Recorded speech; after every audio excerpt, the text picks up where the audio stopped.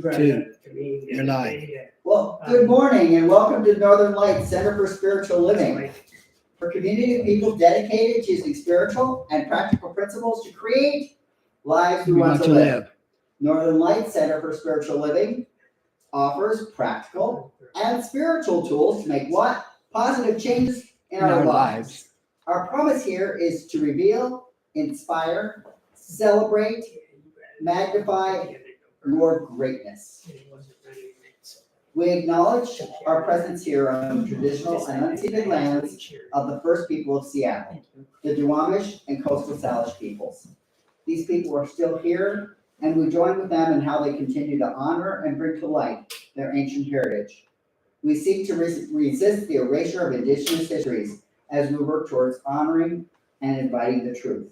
And this is adapted from the Duwamish Tribal Land Acknowledgement. In a similar fashion, we acknowledge how much of what we know in this country today, its culture, economic growth, and development throughout history and across time, has been made possible by the labor of enslaved Africans and their ascendants, who suffered the horrors of transatlantic trafficking, chattel slavery, and Jim Crow.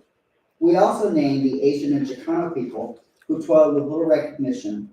We're indebted to all of their labors and sacrifices, and we acknowledge the tremors of that violence throughout the generations and the resulting impacts that can still be felt and witnessed today.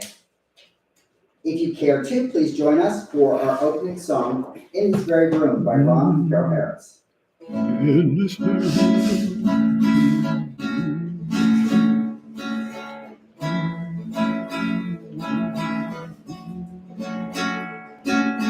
In this very room, there's quite enough love for all the world. And in this very room, there's quite enough joy for all the world. And there's quite enough peace and quite enough power to walk through our every fear. For Spirit is in this very room. In this very room.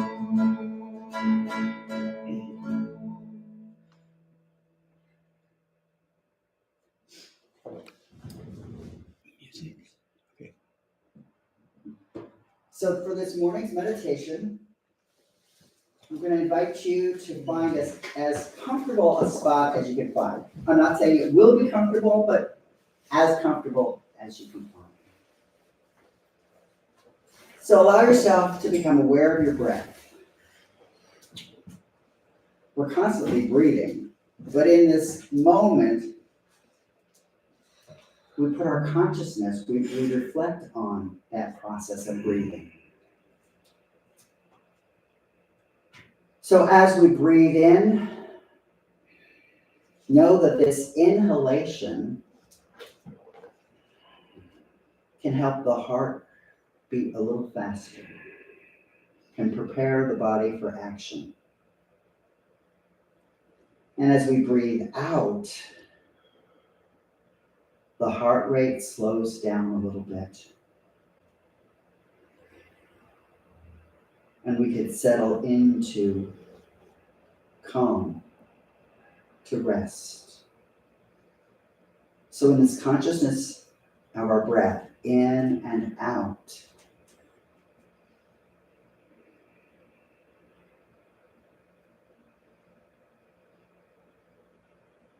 I'm going to invite us on an interior journey.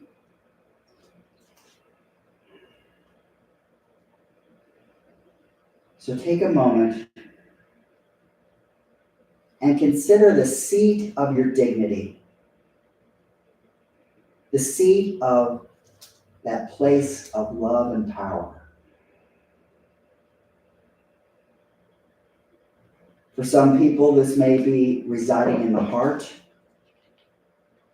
For some people, this may be, you may find it in your stomach. For some people, it may be the forehead. It may be the fingers, the hands, the feet.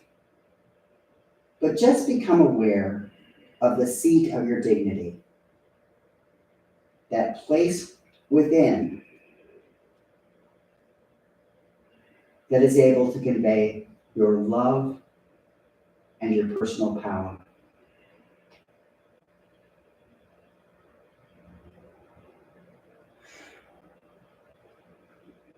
And just let your attention stay on that point of dignity. Stay on that place of love and power.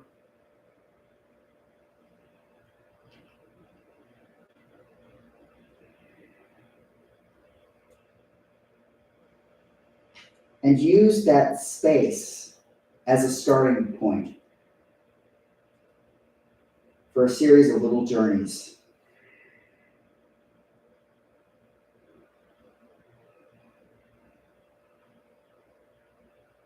So on this inward journey, consider the length of your body.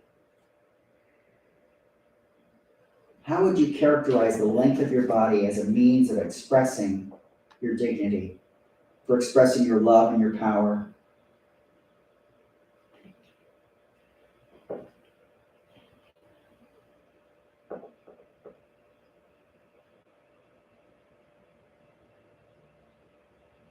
With the length of your dignity, can you consider your height with a new sense of respect, with a new sense of admiration, with a new sense of appreciation?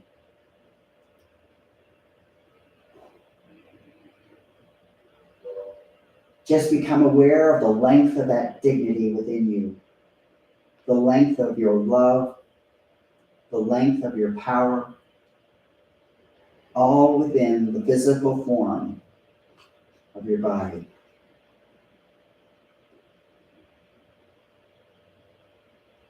Breathe into that length.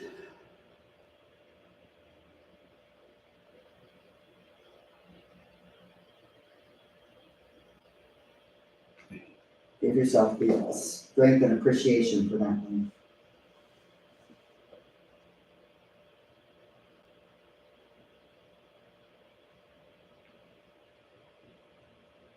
Now shift your attention slightly to the width of your presence, the width of your dignity, the width of your power, the width of your love.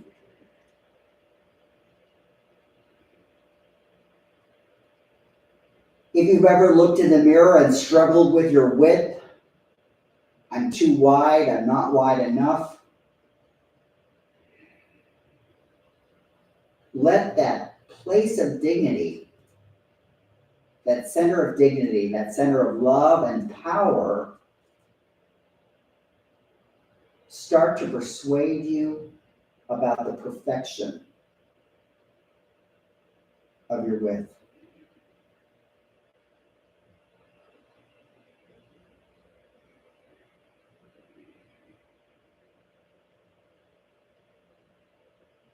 See the relationship, how far that width goes.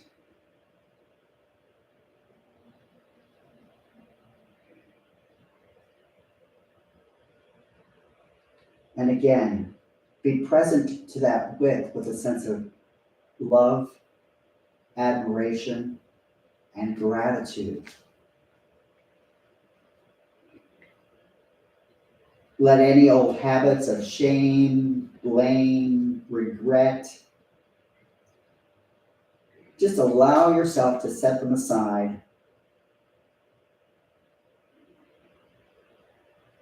Allow yourself to say, you're not needed at this moment. What's needed is the recognition of the perfection. That I am made, I am here just as I am meant to be.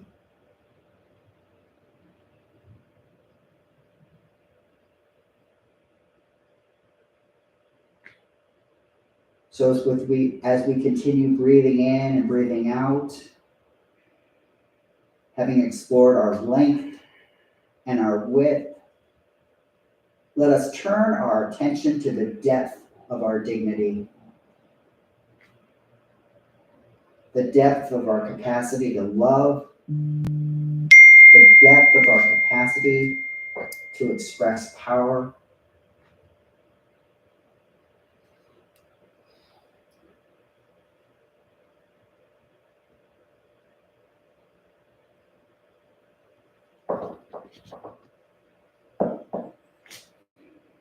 We know that human beings have only gone so far in the depth of this planet.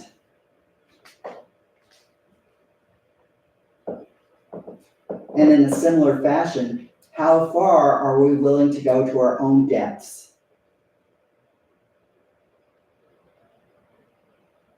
There are miracles in the depths of the ocean, miracles in the depths of the core of this planet.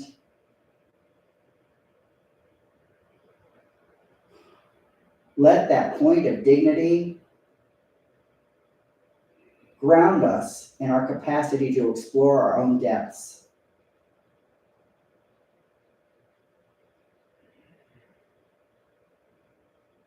Knowing that what we will find is the life, love, and presence of that which created each of us.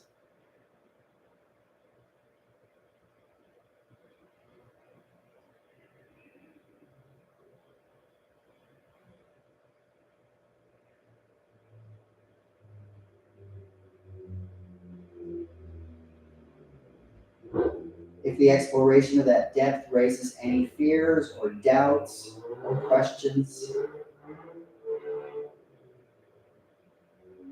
just be present to them.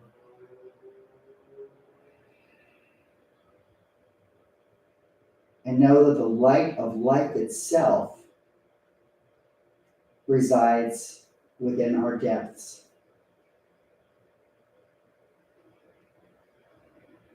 And that life within is reflecting the dignity that each of us carry, the love that each of us carry, the peace that each of us carry.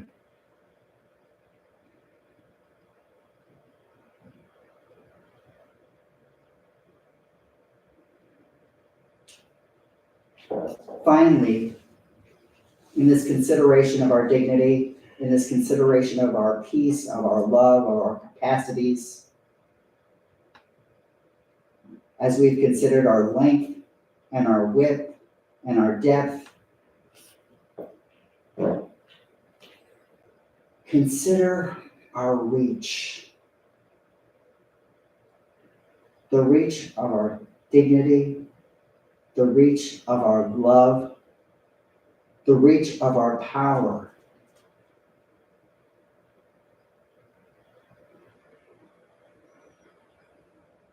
We may know this reach most clearly in the relationships that we have out in the world.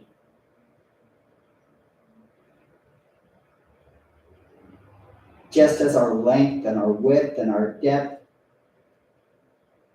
offer greater information about ourselves and our own dignity, our reach lets us bear witness to our impact, to our love, to our power in this world, in this cosmos.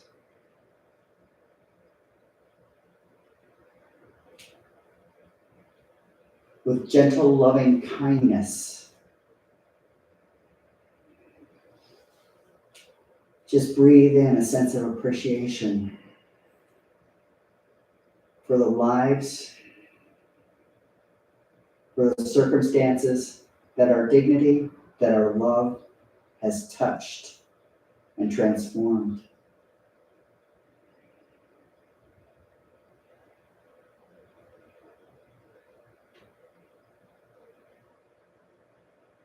Allow ourselves to see our dignity as extending far beyond our physical beings,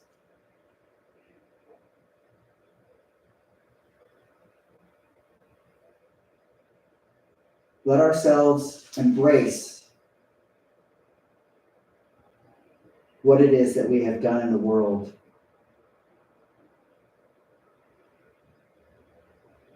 Who have we inspired with our words, with our artistic expressions, with our creativity, with our helpfulness, with our simple acknowledgement?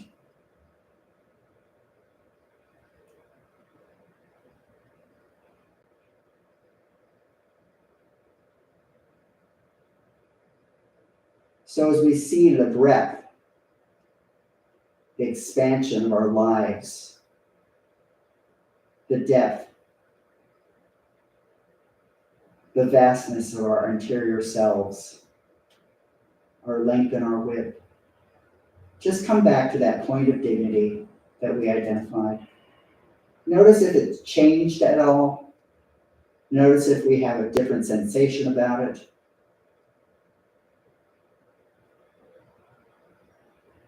Know that we can come back to this place. Know that we can come back to this point of love and power and dignity at any moment. Anytime we may feel lost or hopeless or helpless or unsure, our dignity is as close as our breath. Our love is as close as our breath. Our power is as close as our breath. So coming back to that place, allow yourself to come back to whatever room you're in. Might want to wiggle your fingers and toes. Might want to tap on that little dignity spot. Tap on that place of love. And I say, Amen. Amen. Ashe. Ashe. And so it is. So it is.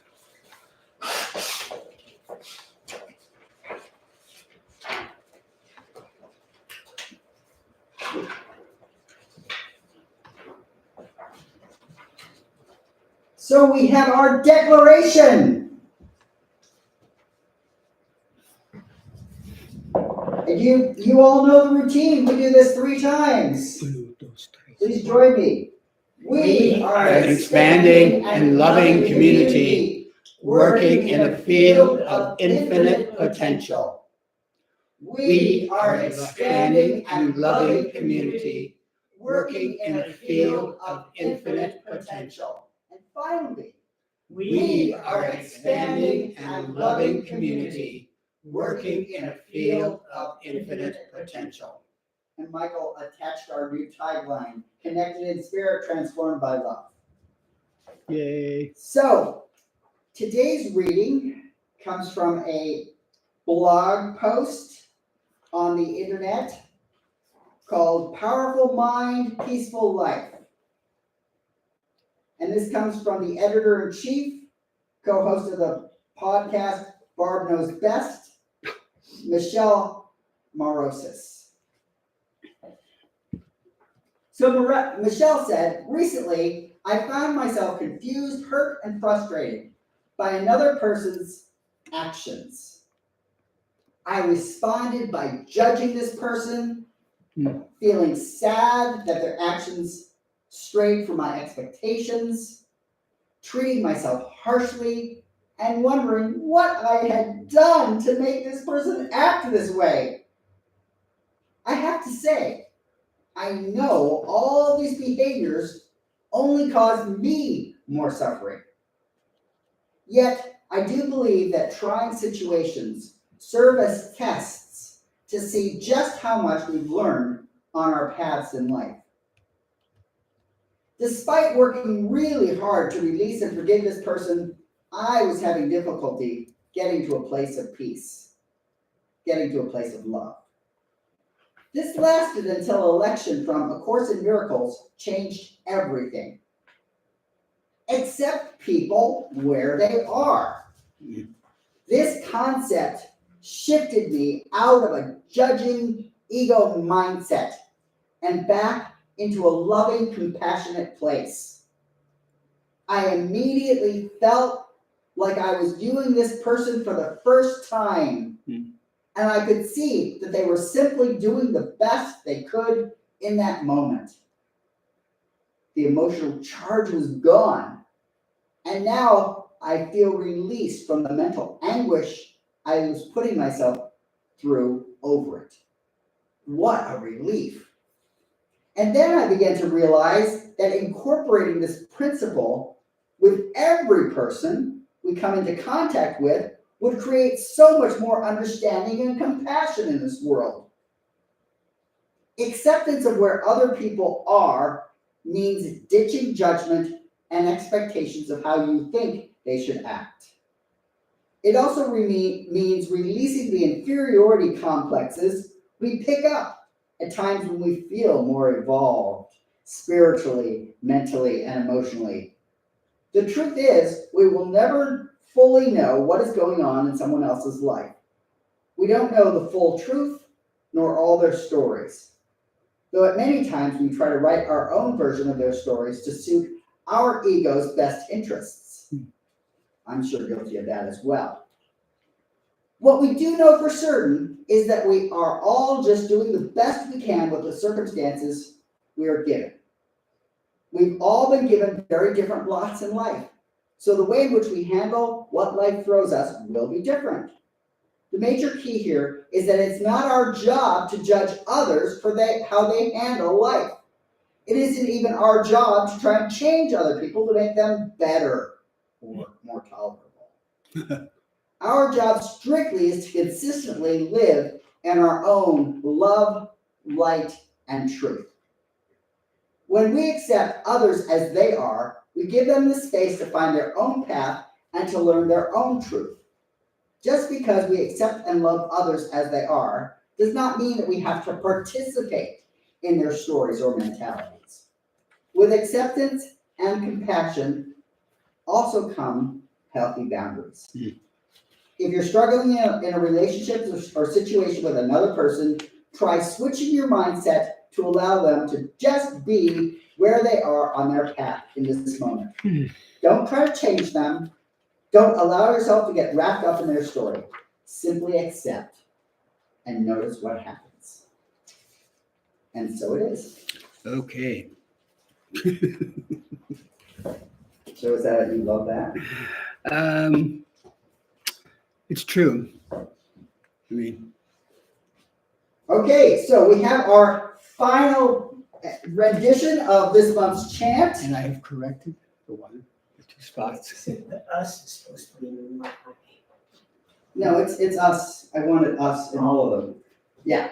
So when I retell my victims' stories, I stay stuck in blame and shame. Can't I beg places for glory, knowing there's so much to gain? When my savior is someone outside me, each step that I take gets lost. When I see the favor inside me, I know I can pay all the costs. My power wants to express. My power can show my best. My power, it shines like the stars. My power takes us so far, takes us so far. I do want the us.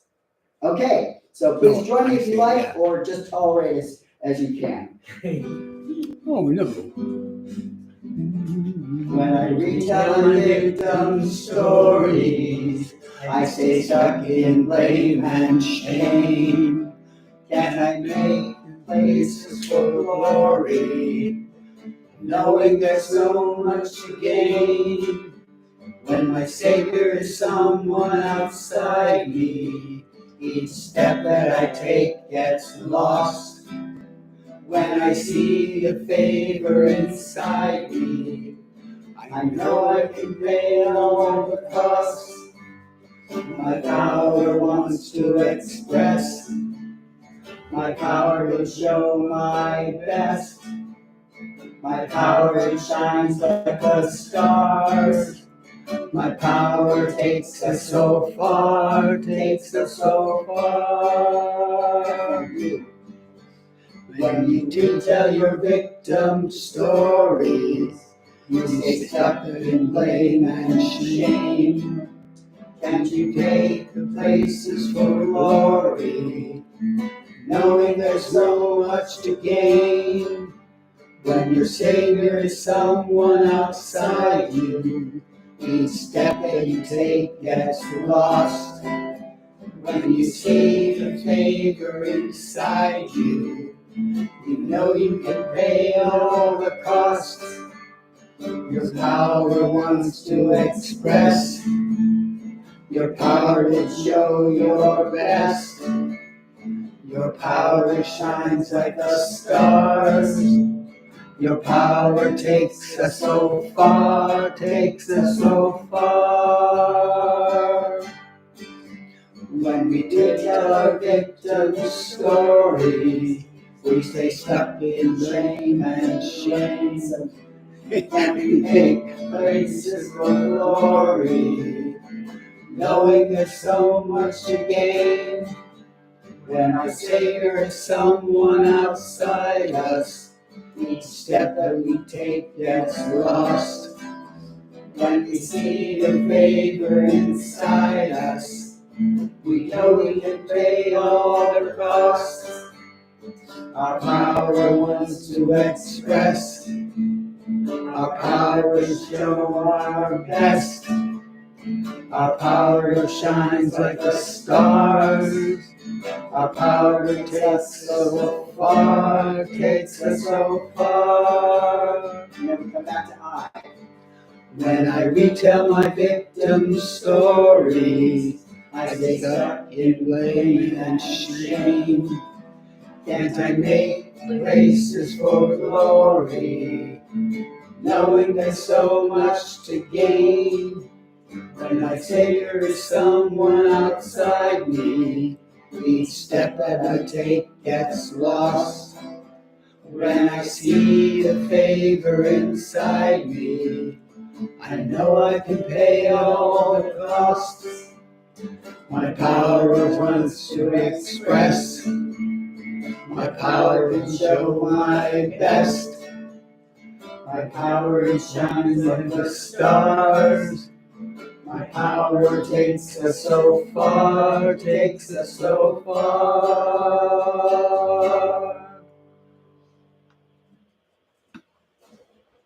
Okay.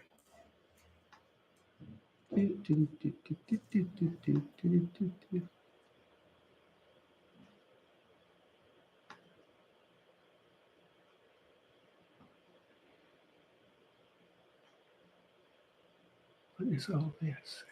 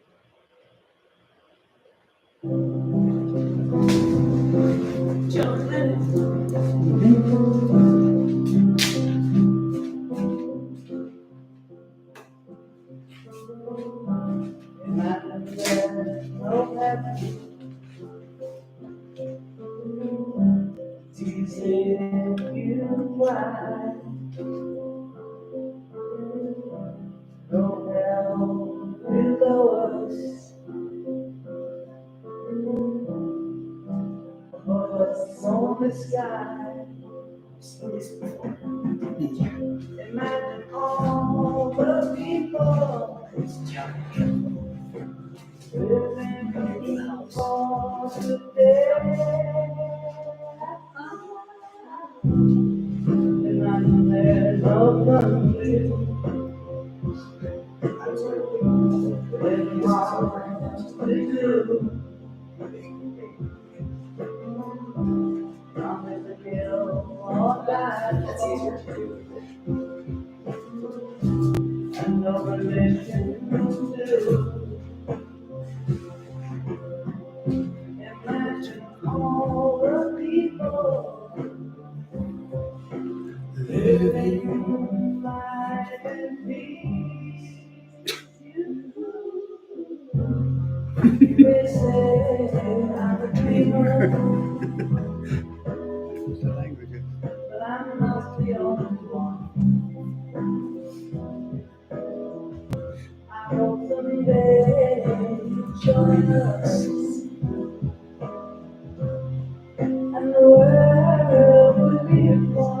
love that room. There might be no possession. I wonder if you can. No need to breathe your hunger. A brotherhood of man. Imagine all the people sharing all the world. You may say I'm a dreamer, but I'm not the only one. I hope someday you join us, and the world will live on.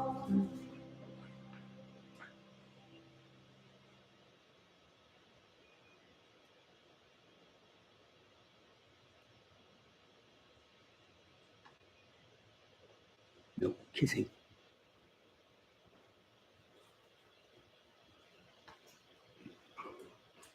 I have to unread all those fruits. Good morning, Northern Lights. Good morning. Hello. Bon. I want to take that down a little bit. There we are. So hello, I'm Reverend Pamela Beatty-Holtby, The next. new bride of Michael Holtby, and I am so happy to be back here this morning.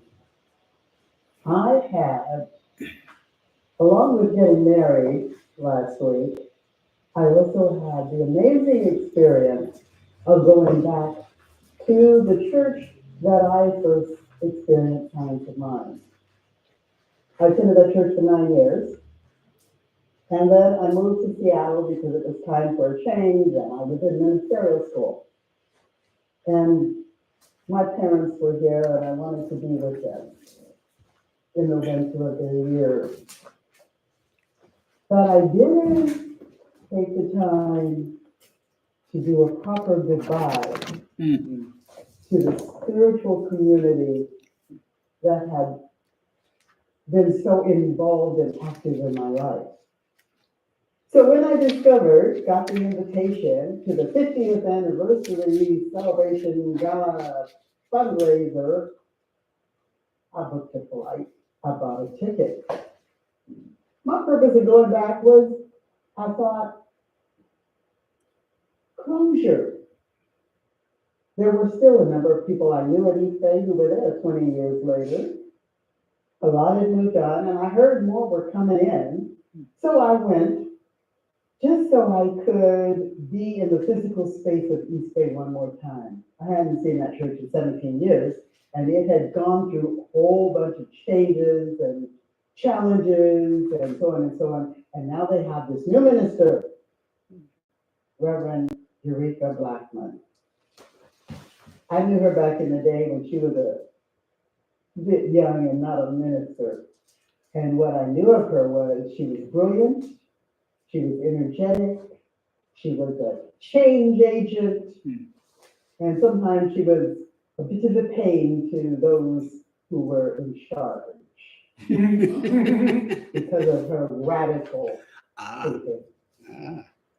So the title of my talk today is Radical Oneness. I took it completely from Reverend Eureka, and I added, and a room full of love.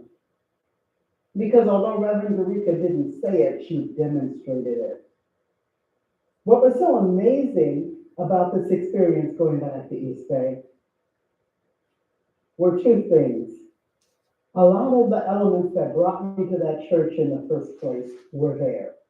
There was the marvelous choir, and the old choir leader came back and is now the choir leader again, and she can spin straw into gold musically.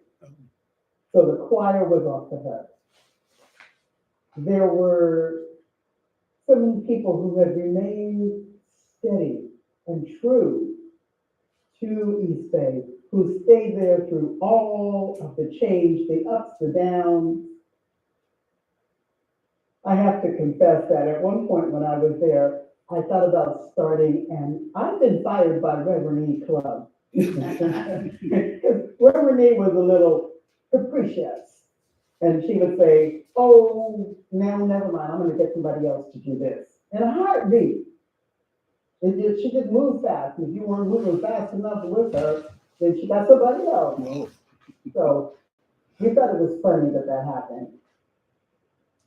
But there were many people who had been fired in various ways that Reverend Dorica brought into the room. And she put all of the ministers that had had something to do with the leadership in East Bay in a row. And she said right there on YouTube, some of you people haven't spoken to each other in 20 years, but that stops now. Radical oneness. I loved her concept. She was speaking to her church, and she spoke what mattered and meant something to her church. But the concept stuck with me. My experience of the concept and radical oneness was, it isn't just that we're all one, I'm sure of it, but more radical than that. Embracing that where we're deep, saying in the back of our mind, I'm not one with that. That is not my tribe. That's not my belief. That's not who I am. And that's not where I want to be.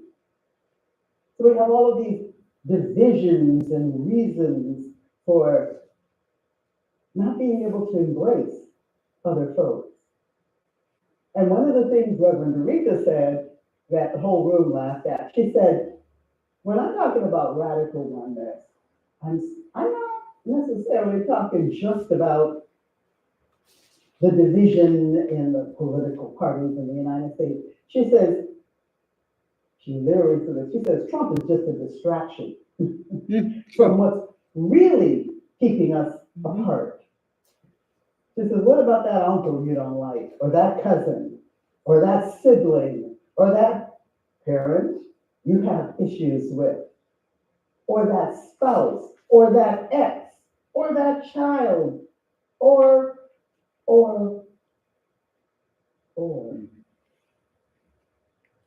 She says, that's what I'm talking about when I say radical oneness.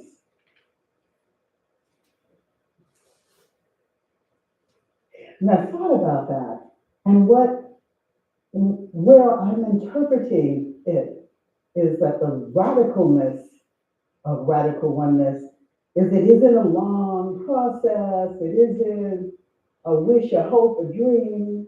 You just say one, period, the end, regardless of appearances. And we stay in it, we stand in it, we are it, regardless.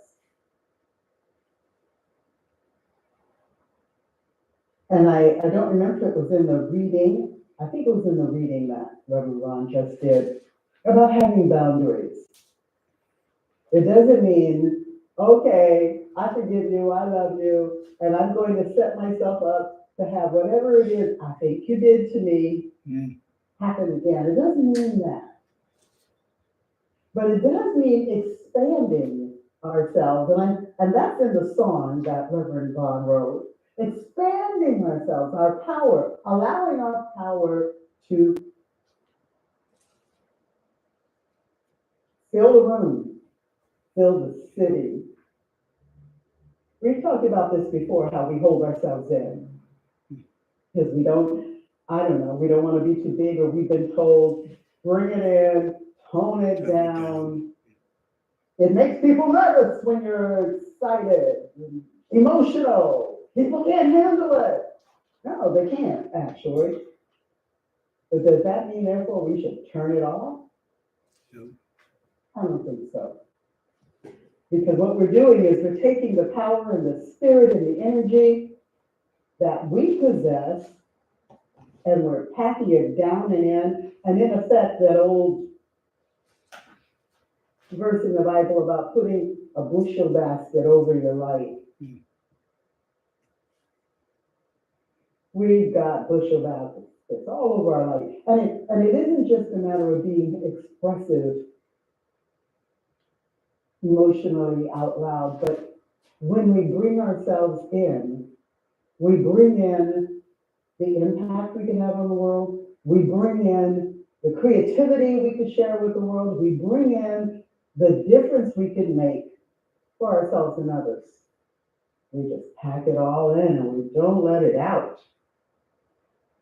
So radical oneness, I love it. To me, it says just declare it so.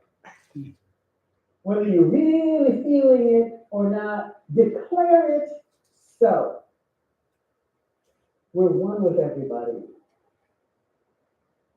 We're one with whatever it is that's given us the blues, or so we say. We're letting go of the victim tale. We're releasing it. He did this to me, and he said that to me, and I did all this for them, and they blah. We're letting it go. Radical release. I like that. Radical release. It's over. Let it go. I'm listening to an audiobook called What Happened to You?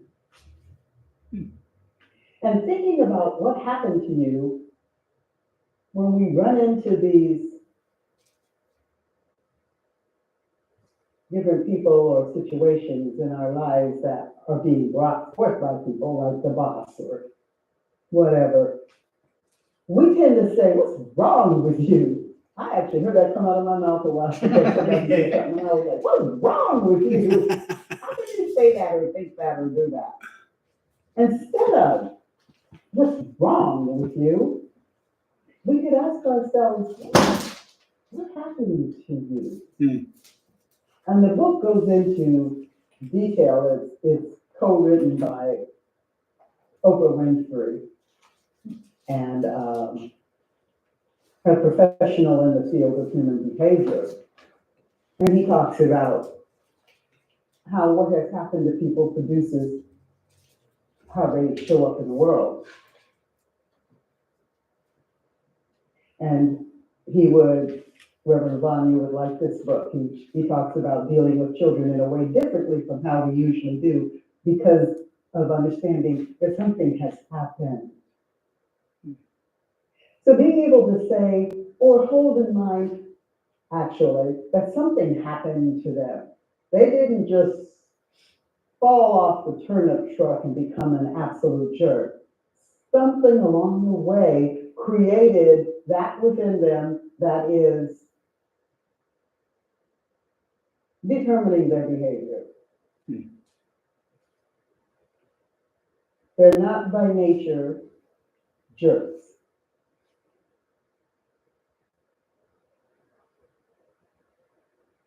Oh, put my hand up. So I thought that's another way of looking at what we're dealing with in the world. Something happened. Something happened to them. Hello, something happened to us. What happened to us that put us where we are? It's a question to continue to explore.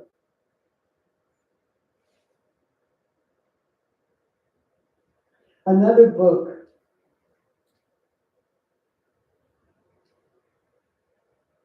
no, it's the same book. Oops. Yeah, actually it's the same book where they were talking about a prisoner on death row. And he came into prison and was put in a cell, and none of the death row people talked to each other.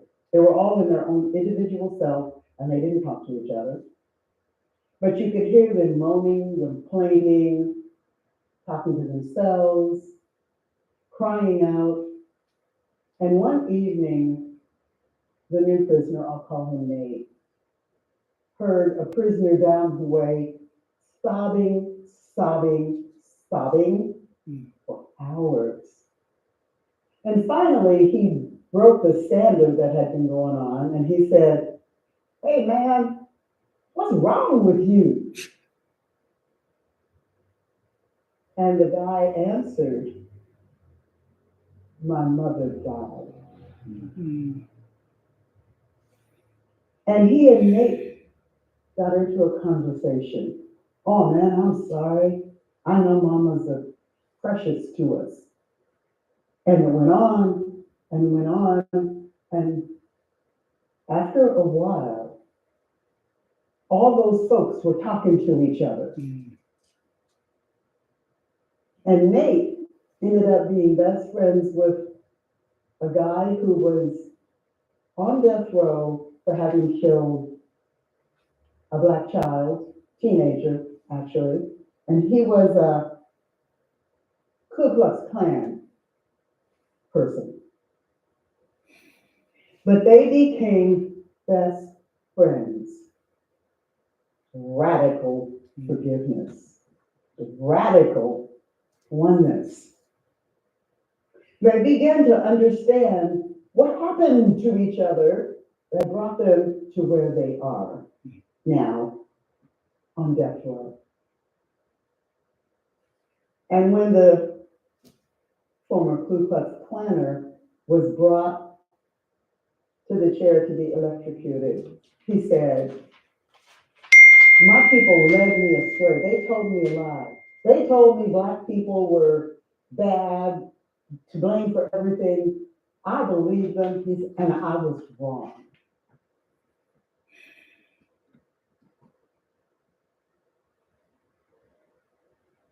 Radical oneness.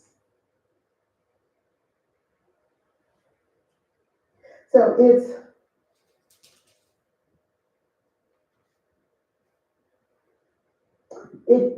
gets around the reaction of "not my tribe," which is back there in the original first part of our brain. Tribe, not tribe. Us, not us. We, they. Good, bad. Black, white. It goes on and on with these divisions. That is the opposite of oneness. The opposite of radical oneness. And radical oneness says, regardless of these differences, we are one. People have told me I can't hardly talk to no Republican. I just can't do it. I will not be in a room with one. I've been in a room with a number of them. I was on a board where half were Republican and half of us were Democrats. And we could talk to each other. Now, granted, I skirted around the topic of Trump. I did. But there were things that we had in common that we could come together on. And I'm no longer on that board. That organization is shifting. But I'm still friends with the board president, who is a devout Republican, and we respect each other's opinions. And we can be friends. We are friends. We can do this. And when I say we, I mean all of us. I mean, whoever's listening, and whoever's listening to you when you speak, that we can do this. I told Reverend Vaughn I was not going to get into politics, but I'm going to get into politics. We've got something questionable coming up here. Yes, 9 days. And if the side I want to win doesn't win, then I've got that other side. And I am committed to believing that despite appearances, the other side is not the enemy. And I am choosing to believe that by being who I am, how I am, and continuing to put my power out there, to put my light out there, and get this, my love out there all the time that regardless, that can make a difference. Are you with me? You're working with this concept? I'm looking at faces here. Trying. I see one. Oh, a couple. Yes! That's all I need is a couple of yay and amen, and I know we can do this. We can do this. Regardless of the outcomes, we can make a positive difference. So I'm thanking Reverend Eureka for giving me this concept to play with, to think about, and to live into. If you want to know what she did with it, go to East Bay Church of Religious Science website, last Sunday's sermon. Or for that matter, any sermon she does. She's quite a person. So in the meanwhile, I think the most important step is to start to lean into love. It's amazing how freeing allowing ourselves to love can be. Just go on and say, okay, I love you and you and you and you and you and you. I love you. I love you. Just open up to it, because it's there. We all got it. It's just that something happened to us, and we've been closing it off and directing it and only letting a little trickle of it out. I don't have to do that. We can just open up. Lean into it. Trust that love's got our back and our heart, and that it makes a difference. I don't know how you're going to do it, but I know you can do it. And you can start small and safe and expand from there. I told my coaching client that I loved her the other day. And I haven't said that because, we have a business relationship. But I do love her. I love her to bits. I actually have loved all of my coaching clients, but I've never told them that. But for some reason, this one I told. I thought, I hope she doesn't take it the wrong way. She didn't. But it was, for me, it was like, Pamela, you get to love these people. You get to love all the people. You get to love every one of them. There is enough love to love everybody. There's not a limit. The only limit there is the one we put on it. True. So in closing, lean into love. Allow the door to open more and more and more. Allow there not to be the door. Take the door off the room of the heart. And let the love just flow all over the place. And radical oneness. Declare it so. We are all one. We all want the same things. Some of us are going about it in ways that don't make us comfortable, but bottom line, we have something in common with everybody and everything on this planet. We are one. And so, Reverend Michael Kelly have the closing song.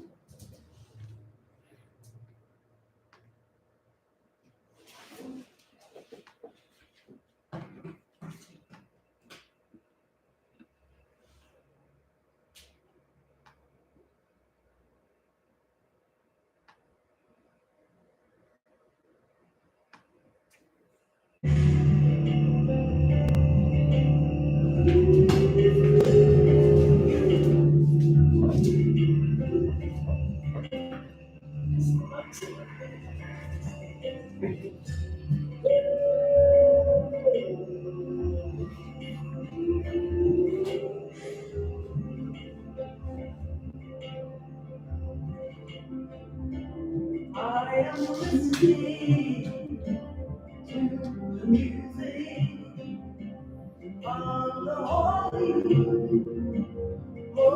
Spirit. what a song God is singing. I will listen all day long. I will listen all day long. Oh yeah, hey, yeah. Oh yeah, hey, yeah. Oh yeah, hey, yeah. Hallelujah. Oh yeah, hey, yeah. Oh yeah, hey, yeah. Oh yeah, hey, yeah. Hallelujah.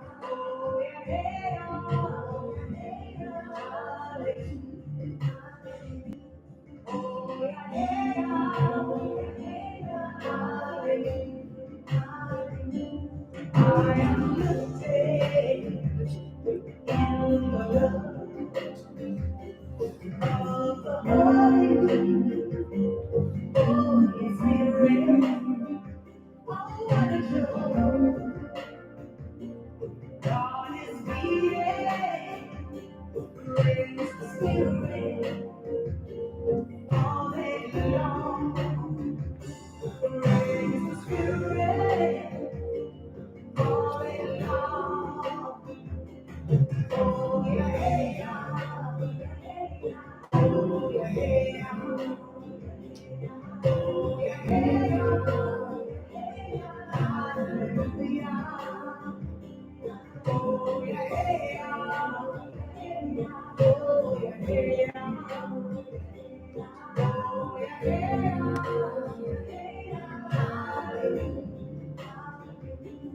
Oh,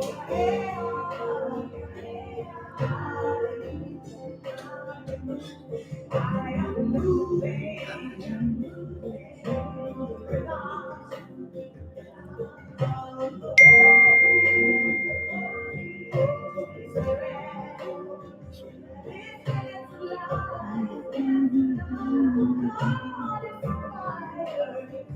When I see my faith is strong. When I see my faith is strong. Oh yeah, yeah. Oh yeah, yeah. Oh yeah, yeah.